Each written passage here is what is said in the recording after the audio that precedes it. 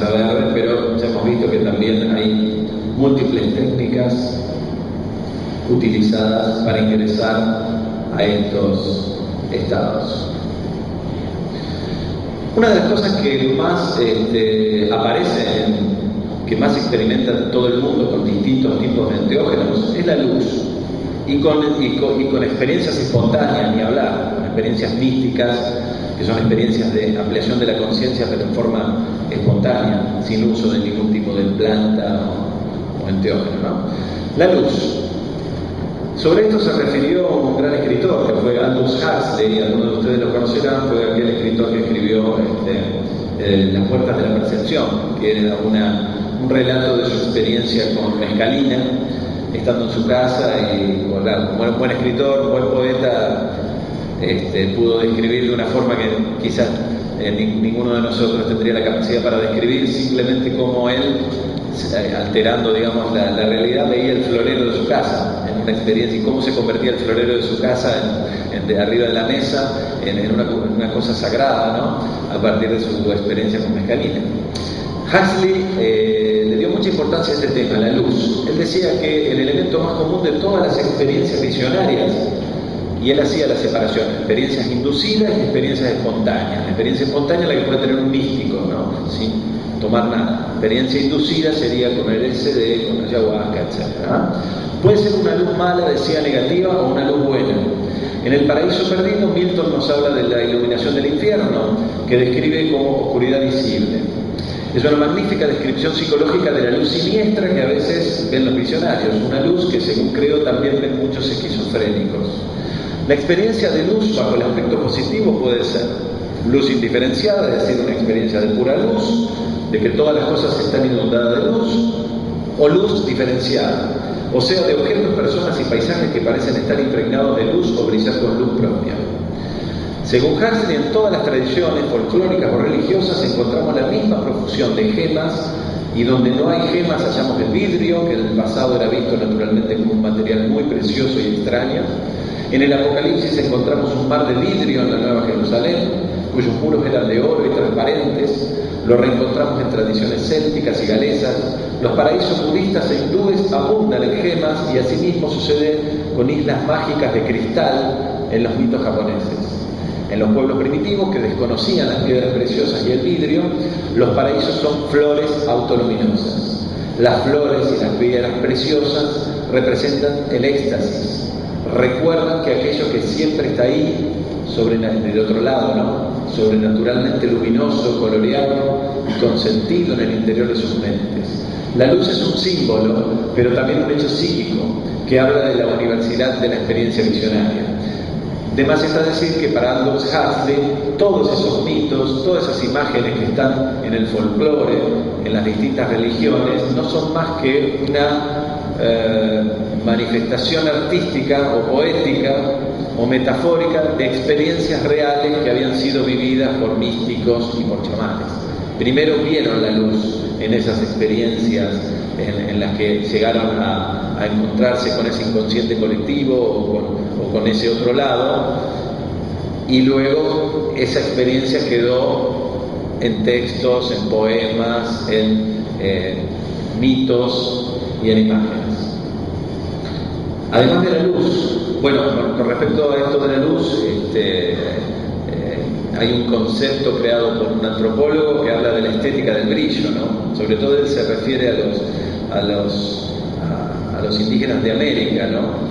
Y la estética del brillo dice que es posible rastrearla a lo largo del continente, desde las selvas tropicales de la Amazonía hasta los Andes, y más allá en Mesoamérica, el Caribe y América del Norte. Dice que esta estética es parte integral de las cosmovisiones multisensoriales que ven manifestadas sus ideas metafísicas en símbolos.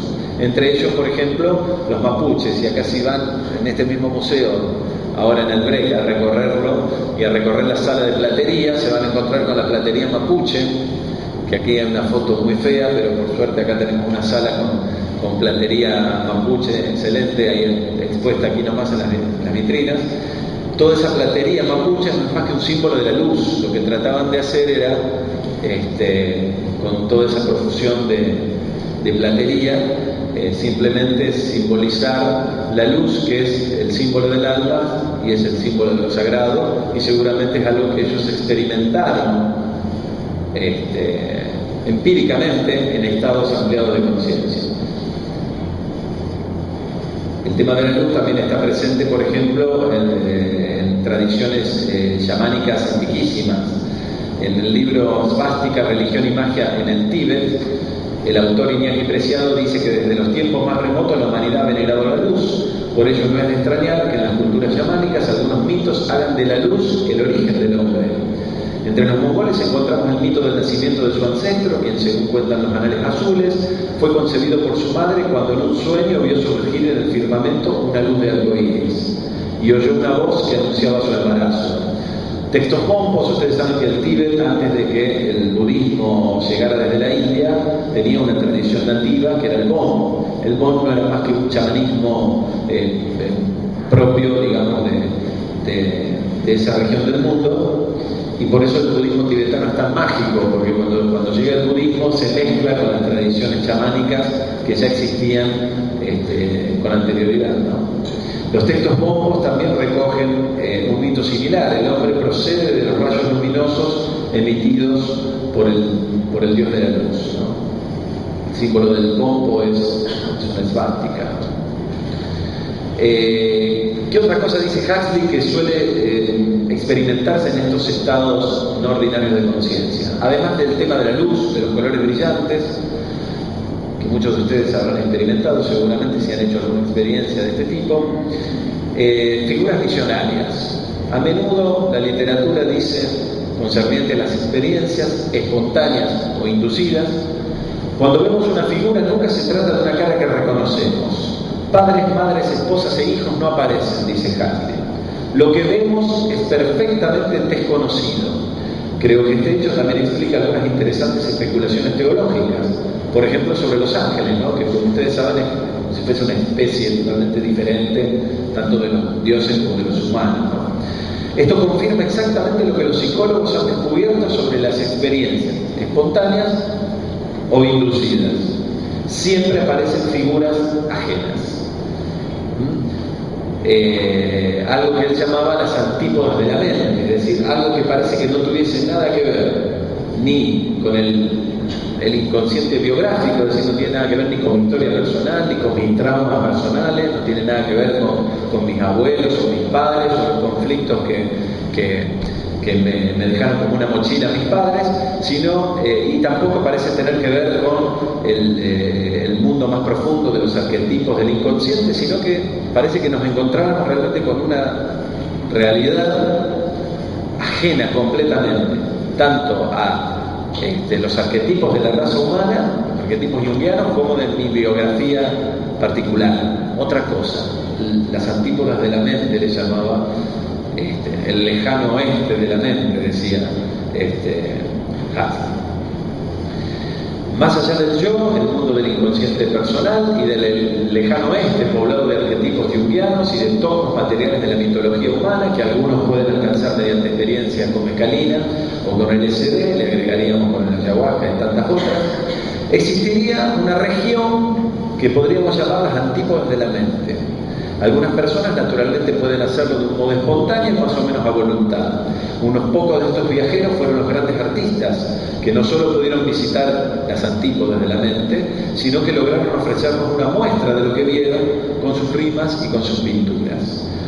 Mucho más numerosos son los que estuvieron en las antípodas y, habiendo visto a esos extraños habitantes, son incapaces de proporcionar una adecuada descripción de su experiencia.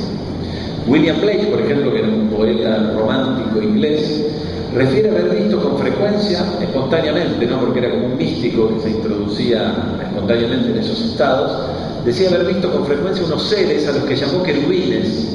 Aquellos seres medían 120 pies y no estaban ocupados en ninguna acción que pudiese ser considerada simbólica o dramática. Esto es característico de los personajes que se suelen observar en las visiones. En este aspecto, los habitantes de las antípodas de la mente difieren a las figuras del mundo arquetípico de Jung, pues ellos no tienen nada que ver ni con la historia personal del visionario, ni con los antiguos problemas de la raza humana. Efectivamente, según Patrick Harpur, que es un escritor inglés. Les recomiendo sus dos libros que están traducidos al castellano, Realidad Daimónica y El Fuego Sagrado de los Filósofos. Dice que antiguamente, como hemos visto incluso en las primeras ponencias, las distintas sociedades, ya dijimos, la mayoría, el 89% tenía un tráfico frecuente entre este mundo y el otro a través de distintas experiencias, distintos métodos y rituales. Y Occidente ha perdido eso. ¿Cuándo fue que Occidente perdió su contacto con el alma del mundo, con su nivel más esencial y profundo, el inconsciente colectivo, el anima mundi, el vacío, el pleno cósmico que hablaba, el pleno cuántico que hablaba con un lenguaje de la física, Enrique? Y eso fue, digamos, con el cartesianismo, ya se sabe, a partir del siglo XVII, con el racionalismo cartesiano que nos separó del mundo. Y dice Harpur, esa es nuestra tragedia, perdimos el alma. Desde la antigüedad el mundo estaba animado, sentíamos que el mundo expresaba el alma del mundo, el anima mundi. Todo está lleno de dioses, decía Heráclito, todo. Si le preguntan a Antonio va a decir que todo tiene espíritu, que una piedra tiene espíritu, que los animales tienen espíritu, que las plantas tienen espíritu. Y vaya si Antonio ve a los espíritus de las plantas, son los que le cantan, ya le van a preguntar a eso, y él sigue, solamente cuando él canta lo único que hace es estar siguiendo el canto de esos genios, como dice él, o esos espíritus, o esas esencias, diríamos nosotros un lenguaje más filosófico, de las propias plantas. Todo estaba animado, la naturaleza estaba animada. El mundo no nos era ajeno, nosotros éramos parte del mundo hasta el siglo XVII. Al distinguir Descartes entre el hombre y el resto del mundo, nos separó del mundo. Ya había un sujeto pensante y un objeto inanimado. Nosotros seguimos pensando todavía en la naturaleza como algo para explotar, algo que está muerto, está inerte. A las plantas las vemos, sí, por ahí las regamos, hay gente que le habla a las plantas, pero en general son como cosas que están ahí inertes, no como las pensaban los pueblos originarios, por ejemplo, ¿no? Que estaban vivas y que se podía dialogar con ellas, obviamente en un estado ampliado de conciencia, no en un estado de vigilia, ¿no? Y aquí estamos, dice Harpur, buscando el alma. Por otro lado, los cristianos ya habían separado su cuerpo de su alma, ya habían separado este mundo del otro mundo, su cielo e infierno. El alma del cristiano solo puede acceder al otro mundo al morir el cuerpo. Y dice Harpur, es una lástima. El pensamiento tradicional jamás hizo tal distinción. El hombre podía ir y venir de este mundo, entrar y salir asiduamente, en vida. El otro mundo nos envolvía, no necesitabas morirte para visitarlo. Los daimones, que para los filósofos herméticos eran seres que iban y venían de este mundo al otro mundo, seres a la vez materiales y espirituales, a la vez benéficos y maléficos, nos mantenían con un pie en cada lado. Los poetas, artistas y chamanes son daimónicos por excelencia. Se conectan al anima mundi, o al inconsciente colectivo, diría Jung, ¿no? En griego, psique tu cosmo, la psiquis del cosmos, o el alma del mundo, ¿no? Marginada por el racionalismo, el anima mundi o inconsciente colectivo, también los poetas románticos como William Blake le llamaban la imaginación, pero con mayúscula, no confundir con una mera fantasía. Regresa, según Harpur, en forma de ovnis, en forma de aducciones, de yetis, de círculos de las cosechas y también de mitologizaciones que se cuelan en las teorías científicas de vanguardia, por ejemplo, sobre todo en la física cuántica. Y de eso es lo que vamos a hablar ahora. Tuve que hacer una introducción bastante larga para ver desde qué punto de vista estoy viendo el tema de las entidades. Si bien muchos de los que nos siguen desde hace 15 años con Fundación Mesa Verde están habituados a escucharnos hablar, como antropólogo transpersonal le interesa las visiones que muchos de los experimentadores tienen con distintos enteógenos y esas entidades que se les aparecen, para compararlas, para hacer una comparación intercultural, a ver qué es lo que ven uno, qué es lo que ven otro, qué es lo que se veía en antiguas civilizaciones. No hay que